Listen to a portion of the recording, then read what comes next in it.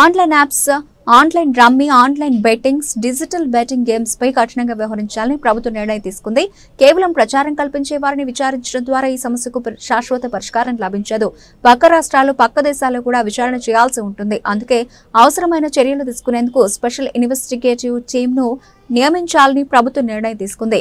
ఎవరైనా ప్రత్యక్షంగా, పరోక్షంగా బెట్టింగ్ యాప్స్ ను ప్రోత్సహించినా, నిర్వహణలో భాగస్వాములైనా ప్రభుత్వం కఠినంగా వ్యవహరిస్తుంది. మీపై మాకు ద్వేషం లేదు, ప్రజలు మిమ్మల్ని ఎప్పుడో శిక్షించారు, ఇక మీపై మాకు కోపం ఎందుకని ఉంటుంది. ప్రభుత్వానికి సహేతుకమైన సలహాలు, సూచనలు ఇవ్వండి.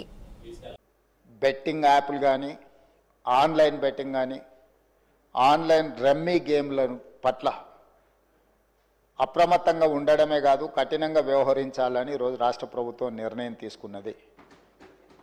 దీన్ని నిరోధించడానికి, నిషేధించడానికి, అవసరమైన చర్యలు తీసుకోవడానికి ఒక స్పెషల్ ఇన్వెస్టిగేషన్ టీం, వీలైతే సిబిసిఐడి కానీ లేకపోతే అధికారులతో సమీక్ష చేసిన తర్వాత ఒక స్పెషల్ ఇన్వెస్టిగేషన్ టీంని వేసి కఠినంగా వ్యవహరించాలని చెప్పి ఈరోజు రాష్ట్ర ప్రభుత్వం నిర్ణయం తీసుకున్నది అధ్యక్ష.